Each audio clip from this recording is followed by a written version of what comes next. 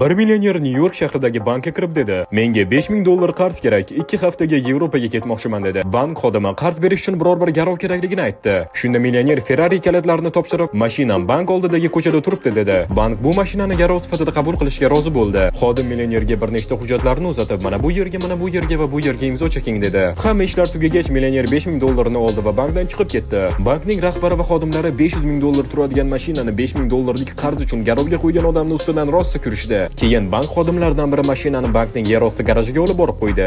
2 hafta o'tib millioner qaytib keldi. $5000 qarzini va foiz sifatida $16 to'ladi. Bank xodimi: "Biz siz bilan ishlaganimizdan juda mamnunmiz. Bu tranzaksiya yaxshi yakunlandi, lekin bir narsaga hayronmiz. Nega bunaqa qimmat mashinangiz bor bo'la turib $5000 qarz oldingiz?" deb so'radi. Millioner javob berdi: "New York shahrida mashinani 2 haftaga faqat $16 ga boshqa qayerga qo'ya olaman?" Agar videoni shu yergacha tomosha qilgan bo'lsangiz, kommentariyada uning uchun bitta qarsak emojisini qoldirib keting va Luminex kanaliga ham obuna bo'ling.